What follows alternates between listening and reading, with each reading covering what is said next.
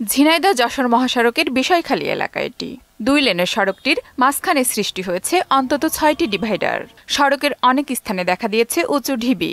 সড়কের এমন চিত্র তেঁতুলতলা, কালীগঞ্জের নিমতলা, খয়েরতলা সহ অনেক স্থানে। অথচ এই সড়কটির 16.5 কোটি টাকার সংস্কারের কাজের মেয়াদ শেষ হয়েছে গত 10 এপ্রিল। সড়কের মাঝখানে কয়েকটি সারি হয়ে যাওয়ায় প্রায় ঘটছে দুর্ঘটনা। আর ছোট বড় যানবাহনগুলোর নিচের অংশ বেঁধে যাওয়ায় তৈরি হচ্ছে যানজট। রাস্তায় চলাচল করা যায় না, খুব ঝুঁকি, মানুষের মৃত্যু ফাঁদ গলায় নিয়ে চলাচল করতে হচ্ছে। রাস্তায় এটাকে ড্রেন হয়ে গিয়েছে, ড্রেনের অবস্থায় গাড়ি চালানো যাচ্ছে না। এই রোডে প্রতিদিন দুর্ঘটনা হতেই আছে।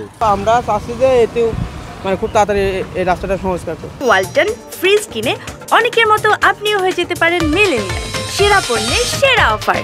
সড়কটির এমন বেহাল দশার জন্য নিম্নমানের বিটুমিনের ব্যবহার, ওভারলোড এবং বিরূপ আবহাওয়াকে দুষছেন সড়ক বিভাগের কর্মকর্তারা।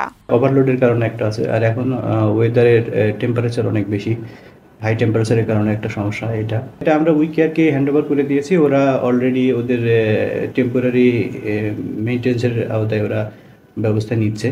সড়কটির সংস্কার কাজ করছে মাসুদ হাইটেক ইঞ্জিনিয়ারিং লিমিটেড, জেভিয়াসান টেকনোলজি বিল্ডার্স নামের 2টি ঠিকাদারি প্রতিষ্ঠান। ঠিকাদারি প্রতিষ্ঠান দুটির বিরুদ্ধে ব্যবস্থা নেওয়ার পাশাপাশি দ্রুত সংস্কারের দাবি ভুক্তভোগীদের। আফরিন পপি, মোহনা সংবাদ।